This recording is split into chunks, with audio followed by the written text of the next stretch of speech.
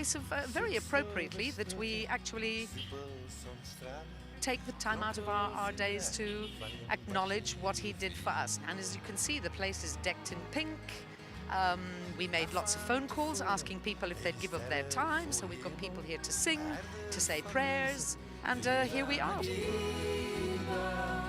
I was devastated, obviously, just because of the significance of sort of one man, and also being here today with this event for the LGBT community, having as many rights as we do because of him, and his involvement was a big part of the way I felt at the time.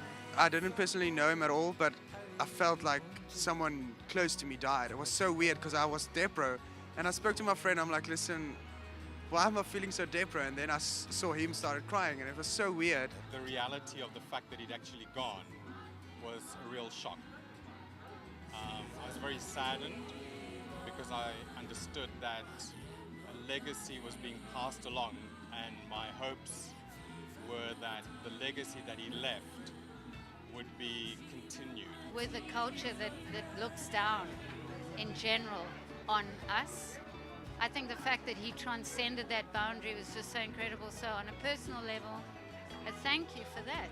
My memory of him particularly is that being Jewish, he came soon after being inaugurated to our synagogue, and just he was welcomed with open arms, and that was a great, great occasion. Viva MADIBA, Viva MADIBA.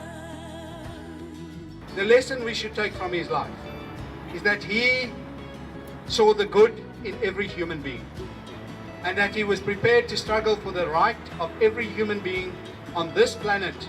So our jobs, and I would beg every queer person here, you think you're queer, MADIBA was queer in that sense. He was not a selfish human being.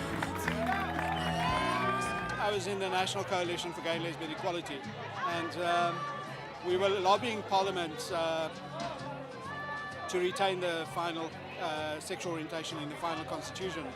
And the need was to get a sufficient majority, sufficient consensus. And throughout this period, in the first Mandela Parliament, a revolution took place in the country's legislation, and that revolution included phenomenally a change on issues of sexual orientation in the Constitution, and women's rights and the rights of people with disability and so on. But I think what is important, and I hope that this is something that is carried forward in the future, he was above all a statesman. It's the nation that mourns, not just the African National Congress. And I think that is something that we've lost. Once he became the president of our country, he was the father to the nation, not just to the party. When I was in Paris, everyone was asking me, how is MADIBA doing?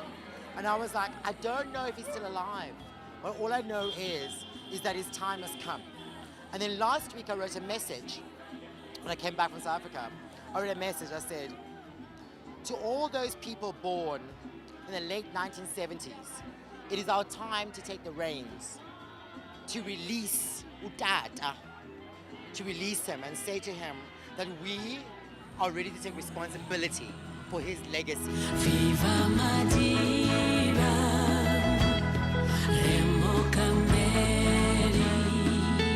I'd say, MADIBA, thank you very much for your spirit of forgiveness, for your spirit of acceptance, for your incredible love for this country. I would just say thank you, because without him, like, our country would not be anywhere where it is right now. Thank you, MADIBA, for your magnanimity in being so warmly accepting. And despite what you went to yourself in prison, that you overcame that and was able to embrace the rich diversity of the people, including those who had been responsible for your oppression. I'd say thank you for being an extraordinary human being, for generosity, for kindness, for being real. Viva MADIBA.